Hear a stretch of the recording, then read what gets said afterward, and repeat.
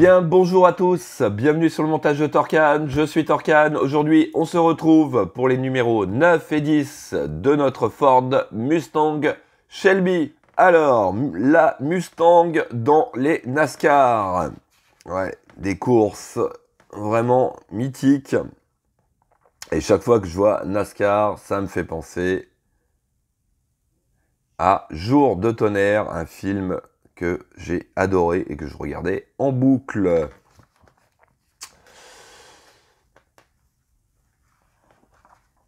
Ouais, voilà. Ouais, je vois tout de suite le film.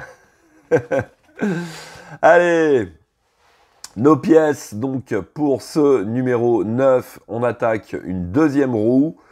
Donc exactement le même procédé que pour l'autre roue. Voilà. Donc là, ce sera la roue avant droite.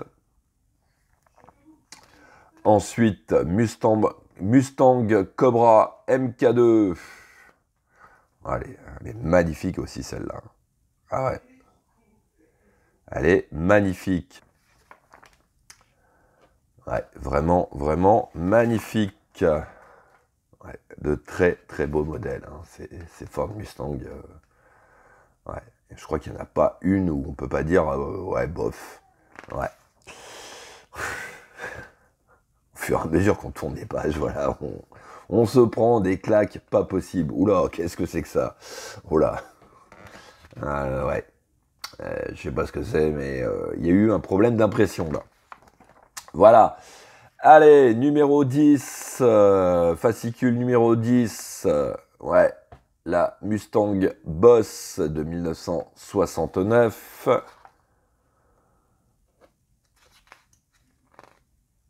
Merveilleuse aussi. Et puis, oups, voilà. Alors là, on attaque donc la jante de ce numéro 10. Enfin, dans ce numéro 10, on attaque la jante de cette deuxième roue. Donc, on va venir assembler tout ça. Et puis, le petit résultat final que voici. Allez, ensuite, qu'est-ce que nous avons? Ford Capri, une Mustang pour l'Europe. D'accord. Nous, on a eu le droit à ça. Ouais, les formes sont pas tout à fait pareilles. Hein. Ouais, à part celle-là qui est quand même, assez cool. Celle-là, j'aime beaucoup moins. Beaucoup moins.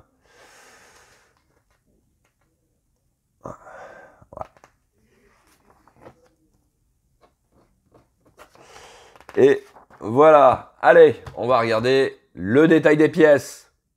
Donc, les pièces du numéro 9, l'intérieur de la roue, ce qui va venir, en fait, durcir un peu cette roue. Donc, deux moitiés, comme ceci. Les pattes de fixation. Et puis, notre pneu, donc, caoutchouc très mou. Sous licence, donc on a bien la marque, le type, alors il est où? Hop, Speedway, voilà, ici, donc on a bien le type de pneu que c'est et tout, donc énormément de détails dessus. Voilà, donc ça c'est les pièces du numéro 9. Et donc, les pièces du numéro 10, qui sont tout simplement la jante en métal chromé, très belle. Franchement, c'est magnifique. Ah ouais, vraiment magnifique. Nous avons le cache-noyeux, je crois. Donc, avec toujours le petit Cobra et à l'opposé, le petit aimant qui va venir sur la vis pour se maintenir. La valve de pression et puis cette pièce là qui fait penser aux écrous de serrage de cette roue. Et puis nous avons un sachet de vis DS19. Allez, on est parti pour le montage. Donc première étape, on va venir récupérer une première moitié que l'on vient gentiment glisser à l'intérieur, comme ceci. Donc le caoutchouc, enfin le caoutchouc est très très mou, donc on le place vraiment très facilement. On fait pareil avec l'autre. Voilà. Alors là, bien sûr, on a un petit peu moins de place, donc c'est un petit peu plus difficile à positionner.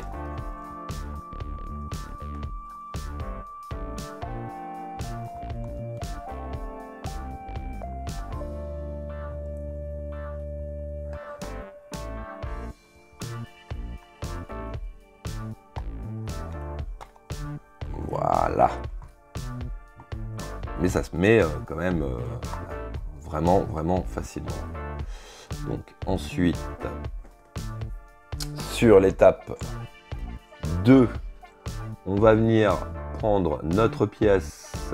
Donc je pense pas qu'il y ait d'importance.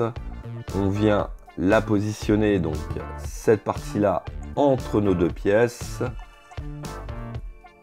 Et on vient clipser le tout. Voilà. On retourne l'ensemble, on prend notre deuxième pièce et on fait exactement pareil. Voilà. Et voilà. Donc là, on a notre pneu avec le côté de jante intérieure déjà qui est positionné. Et là, du coup, il est vachement plus raide. Voilà. Donc ça, c'était notre numéro 9.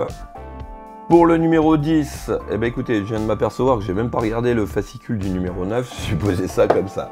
Bon, j'espère que je me suis pas planté. Alors, numéro 10, on va venir récupérer déjà la moitié de jante extérieure. On vient la positionner comme ceci. On va prendre la petite valve de pression.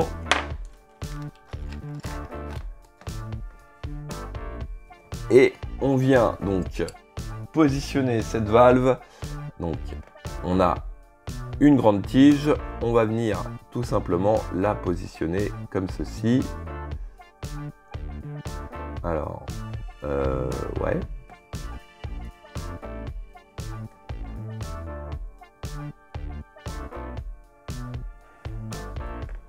Donc, ils nous disent d'appuyer afin qu'elle rentre correctement.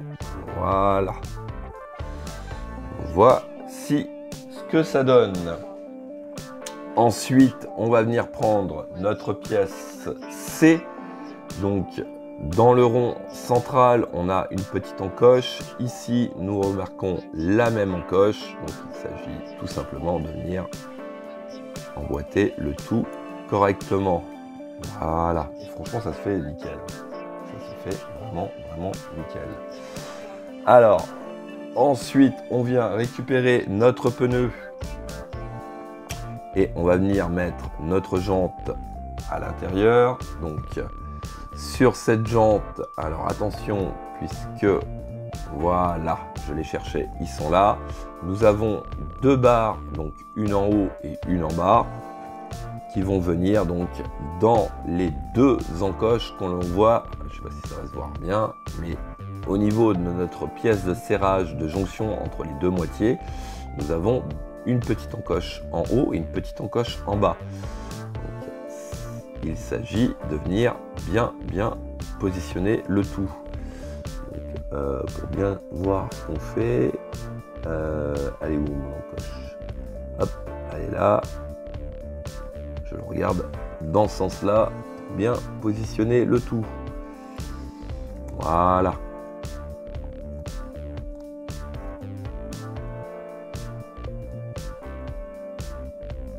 Ensuite, hop, on va retourner l'ensemble. Donc, pareil, sur cette jante, demi-jante, on a les mêmes petites encoches ici et ici. Bah, tout simplement, qui vont venir se positionner pareil dans le même style. Alors par contre il s'agit de bien tomber en face. Voilà. Voilà qui est fait.